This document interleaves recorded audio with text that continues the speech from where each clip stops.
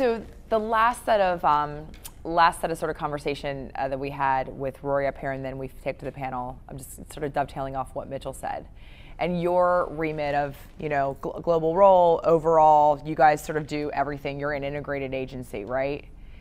Where is the scale in this? That was the question with which I was left, right? Because I'm like, okay, well, actually, if your storytelling adjacency does matter, right? The content that you're aligning your brand beside is important and relevant. So then I'm thinking, all right, well, from an activation perspective, that's hard, right? And then from a storytelling perspective, we know that's hard because sort of making, good stories isn't an art or a science, and I would like to hear more about how we make that a bit more scalable. But so I would say, first, let me frame it up just a little bit. So the value in branded entertainment, branded content, comes from two places, I think. One, just that interruption advertising is becoming less effective, right? And the second is that with so many mobile devices out there, as you were just discussing, and with people shifting, bandwidth speeds improving and people shifting their behavior and willing to consume video and excited to consume video through their mobile device, advertisers have an opportunity to deliver content that is of value, and if they do, consumers are gonna watch it and they're gonna share it. And so I think the scale is in creating something of value, creating something great. I mean, we just did, and I think the scale is everywhere, right? So we just did work with Nike, celebrating the athletes who were participating in a recent soccer event that occurred. And so we're their digital media agency in the U.S. And this 4-minute video that was created by Wyden, and it was great work, was viewed massively. 240 million, 2 different videos, because they had 2 storylines that connected, and 240 million views and counting. And we also saw that we're part of the beta with Twitter, where we had it, the video natively, so you could play it right there in the screen, in the card. And that was actually the most, in all of the video work that we've done, that was the most shared video that we've created for them. Okay. And they've created a lot of great content over time. So not to take anything away from Razorfish or Nike, yeah, but it's Nike. And I mean, those are stories that are interesting, right? So if I'm trying to sell toilet paper, how do I make that? Yeah, but so what? Make your brand interesting. There's no excuse. But that's exactly what I'm asking you, is how do you do that? Yes, Nike happened, but why? Are shoes inherently exciting?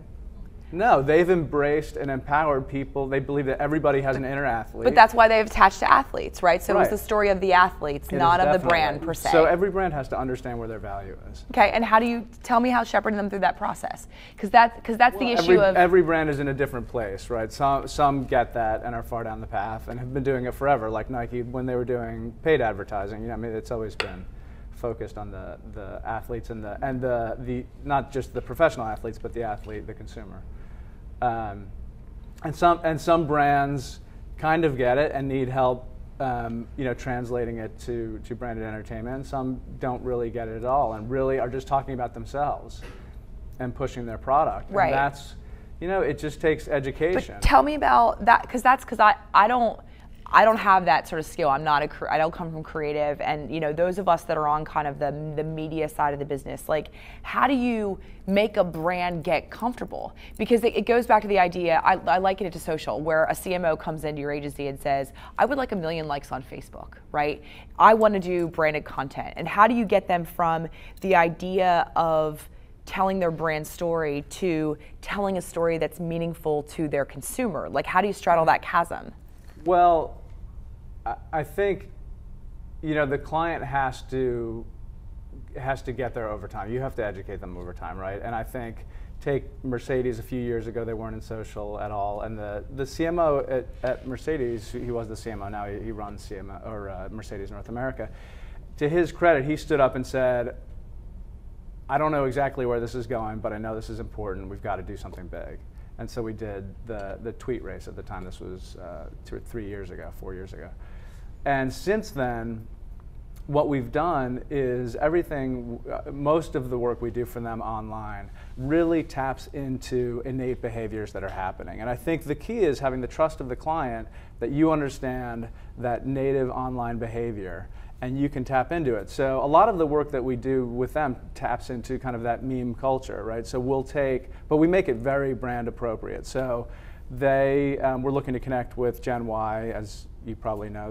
A lot of people in millennials view Mercedes as a brand for their father or grandfather, right? So we wanted to make the brand relevant because they were launching 2 vehicles in the U.S. The second one is launching this year, that are at a lower price point and are for someone who's 28, 32 years old.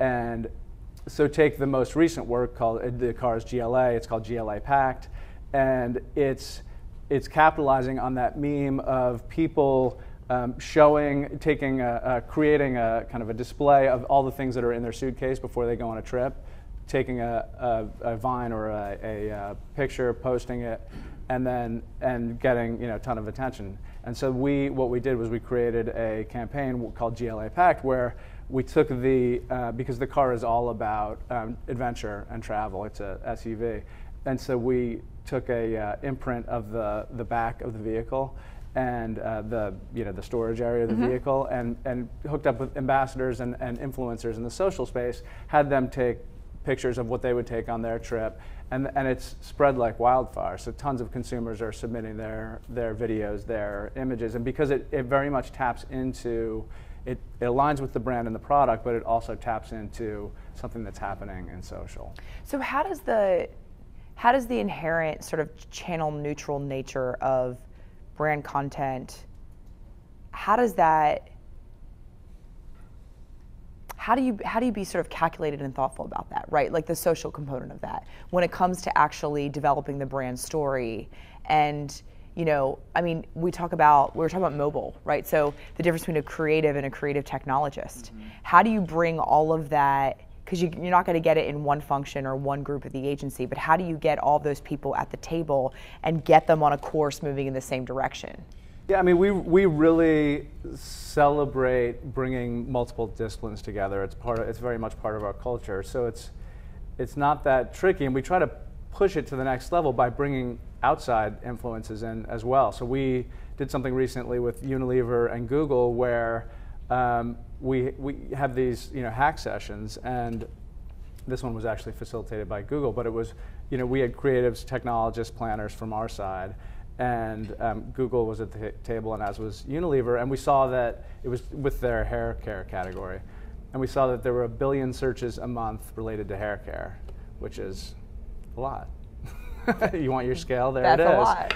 And so, so that we teamed up with Unilever to do a category-wide play where we had video bloggers who would basically post, who were well-known, had large followings, would post videos in response to questions. And so it's just launched. It's really still in beta. It's soft launch, and it's gotten 6 million views already. So, okay, so I'm going to hang on to a word you just said. I think it's very, very interesting to use the description of in beta for what is a content campaign, right? I mean, I think that lends itself to, and that's why I really wanted to sort of, because of your role sort of sitting over top of all the functions, I really want to understand how you're getting, because the precursor to me of getting your brands to think differently and your clients to think differently is you guys have to be thinking differently, right? And what have you seen in the last, let's say, 24 months is the biggest difference in how the agency functions for success? One of the biggest differences that I think clients need to start to embrace, and agencies as well, is the notion that, it used to be that paid media was planned, months, years in advance. It was all allocated. And marketing in general has been a very fixed thing, right? There's a campaign cycle, and then you move on to the next assignment, you move on to the next brief. And so one of the things that we're seeing is now, in this more real-time world where you're putting content out there, there's more of an ability, if you can do this effectively, to use the paid media as fuel to get the fire started, or where you're seeing sparks to really ignite a big fire. And so one of the big changes, I guess, that I'm highlighting is this notion that paid media is not, it is on the front end, but it's also should be, there should be slush funds available to put the fuel where it needs to be.